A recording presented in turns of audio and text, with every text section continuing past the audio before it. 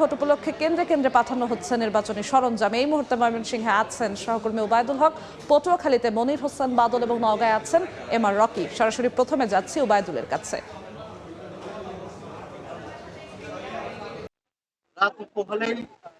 জাতীয় সংসদ নির্বাচন নির্বাচনী আমেজ ময়মনসিংহে কিন্তু আজকে সকাল 10:30 থেকে কেন্দ্র কেন্দ্রে পৌঁছানো হচ্ছে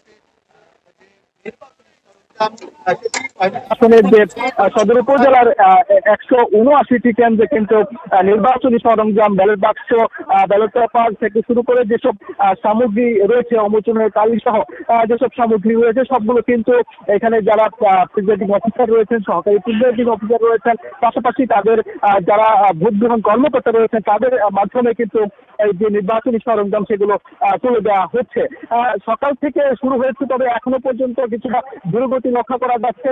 আর পাশাপাশি এখানে যারা যেসব পিক আপ এবং মাহিন্দ্রা চালক রয়েছেন তারা তাদেরকে ভাড়া কম দেওয়া হচ্ছে এমন একটি অভিযোগ তুলে তারা সংক্ষুব্ধ প্রতিক্রিয়া ব্যক্ত করছেন, যার কারণে অনেক গাড়ি কিন্তু এখনো পর্যন্ত এই মাঝে অবস্থান করছে। এই বিষয়টি সুরাহা না হওয়া তারা চলে যাচ্ছে না। সব মিলিয়ে পুরো উৎসবমুখর পরিবেশে কিন্তু যে নির্বাচনী সরঞ্জাম বিতরণ সেটি করা হচ্ছে এবং আইন শৃঙ্খলা রক্ষাকারী বাহিনী কিন্তু যথেষ্ট তৎপর রয়েছে বলে আমাদেরকে জানিয়েছেন। তো এই ছিল ময়মনসিংহের সবচেয়ে। আমরা এখন যাবো পটুয়াখালীতে, সেখানে আছেন আমাদের সহকর্মী মনির হোসেন বাদল।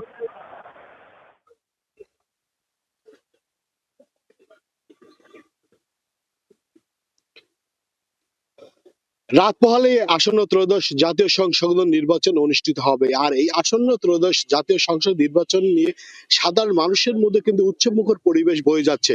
আসলে পটুয়াখালীতে যে 4টি আসন রয়েছে, 4টি আসনে কিন্তু ভোটার রয়েছে 15 লক্ষেরও বেশি ভোটার রয়েছে।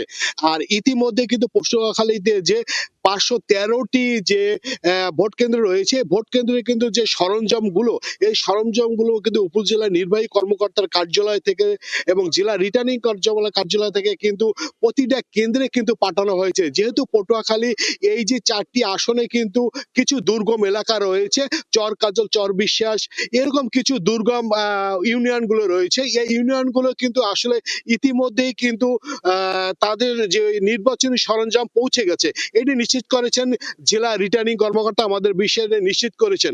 আর পটুয়াখালী যে 4টি আসন রয়েছে, এই 4টি আসনে এখন পর্যন্ত কোনো বড় ধরনের কোনো অপ্রীতিকর ঘটনা ঘটেনি।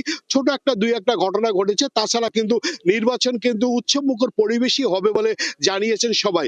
পটুয়াখালী যেমন 3 আসন থেকে নির্বাচন করছে গণ অধিকার পরিষদের সভাপতি নুরুল হক নূর, পটুয়াখালী 1 আসন থেকে নির্বাচন করছে সাবেক বিএনপির সাবেক স্বরাষ্ট্র বাণিজ্য মন্ত্রী আলতাফ হোসেন চৌধুরী, এবং পটুয়াখালী 2 আসন থেকে নির্বাচন করছেন যেমন ডক্টর শফিকুল ইসলাম মাসুদ এবং বিএনপি তালুক। এরকম কিন্তু পটুয়াখালীতে প্রতিটি আসন কিন্তু নির্বাচন হচ্ছে এবং পটুয়াখালী 4 আসন থেকে আমরা যতটুকু জানতে পারি সেখানেও নির্বাচনের সরঞ্জাম পৌঁছে গেছে। সেখান থেকে নির্বাচনে বিএনপি প্রার্থী রয়েছেন A B M Mosharraf Hossain.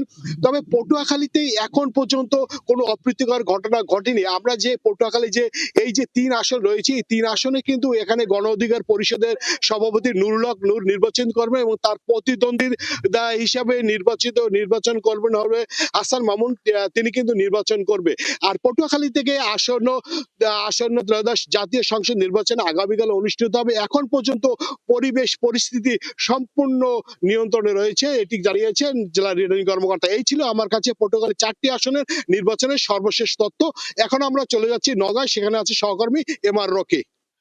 সকাল 9টায় শুরু হয়েছিল ভোটের যেসব সরঞ্জামাদি রয়েছে, এই সরঞ্জামাদিগুলো কিন্তু প্রদানের প্রক্রিয়া, এবং ধাপে ধাপে কিন্তু এই প্রক্রিয়াগুলো এই মুহূর্তে কেন্দ্রে চলে এসেছে। নওগাঁয় এই মুহূর্তে আমরা দেখছিলাম প্রায় 782টি যে কেন্দ্র রয়েছে, প্রত্যেকটি কেন্দ্রেই এই সরঞ্জামাদিগুলো এই মুহূর্তে নিয়ে আসার পর তারা বুঝে নিয়ে ঘরগুলোকে আসলে সাজানোর প্রক্রিয়া নিয়েছেন। 30 জন প্রার্থী ভোটের মাঠে রয়েছেন, তারা দীর্ঘদিন এই প্রচারণা শেষে একটা দীর্ঘ অপেক্ষায় রয়েছেন। একটা কাঙ্ক্ষিত ভোট আগামীকাল শুরু হবে এবং সেই ভোটের মাধ্যমে যেমন প্রার্থীরা প্রত্যাশায় রয়েছেন কাঙ্ক্ষিত নেতা নির্বাচন। ভোটার প্রার্থীরাও এই দিক থেকে কিন্তু তারা যোগ্য নেতৃত্বের জায়গাটা তারা নিশ্চিত করার জন্য অপেক্ষা করেছে। জেলায় প্রায় 23 লাখ ভোটার রয়েছে এবং এই 23 লাখ ভোটারের প্রথম থেকেই তাদের যে উৎসাহ উদ্দীপনা আমরা ব্যাপক লক্ষ্য করেছি এবং এই ভোট গ্রহণের জন্য জেলা আইন শৃঙ্খলা বাহিনী, র্যাব, পুলিশ, সেনাবাহিনীর এই মুহূর্তে সর্বাত্মক একটা প্রস্তুতি নিয়েই তারা কিন্তু তাদের এই কার্যক্রম চালিয়ে যাচ্ছেন। আমরা লক্ষ্য করছিলাম সকাল থেকেই যেসব কেন্দ্র রয়েছে কেন্দ্রগুলোতে ধাপে ধাপে আইন শৃঙ্খলা বাহিনীর মাধ্যমে এই উপকরণগুলো নিয়ে এসেছেন এবং উপকরণগুলো নিয়ে আসার পর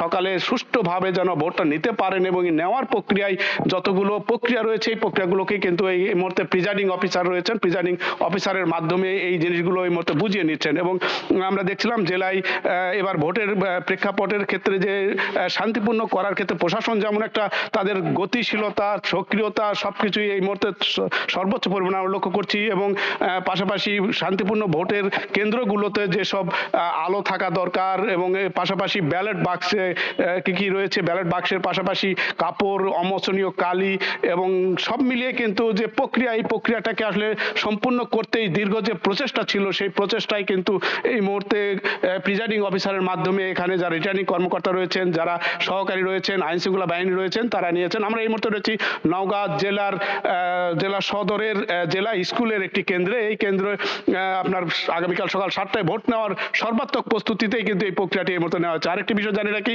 নওগাঁয় 782টি কেন্দ্র রয়েছে। এই কেন্দ্রের মধ্যে 342টি কেন্দ্রকে প্রশাসনের পক্ষ থেকে ঝুঁকিপূর্ণ কেন্দ্র হিসাবে ঘোষণা করা হয়েছে এবং এই ঘোষণার পর তারা আগামীকাল প্রশাসনের পক্ষ থেকে সর্বাত্মক একটা প্রস্তুতি নিয়েই ভোটের মাঠে তাদের এই প্রক্রিয়া প্রয়োগ হবে এবং ভোটাররা সকাল 7টা থেকে দিয়ে ভোট যেন নিরাপত্তার সাথে নিশ্চিত দিতে পারে সেই দিক থেকে কিন্তু নিরাপত্তার সর্বোচ্চ বলয় তৈরি করা হয়েছে। এই ছিল সার্বিক নওগাঁয় ভোটের খবর আমার কাছে। দেশের নানা প্রান্ত থেকে যুক্ত হয়েছিলেন সহকর্মীরা, জানাচ্ছিলেন নির্বাচনের সবশেষ প্রস্তুতির খবর।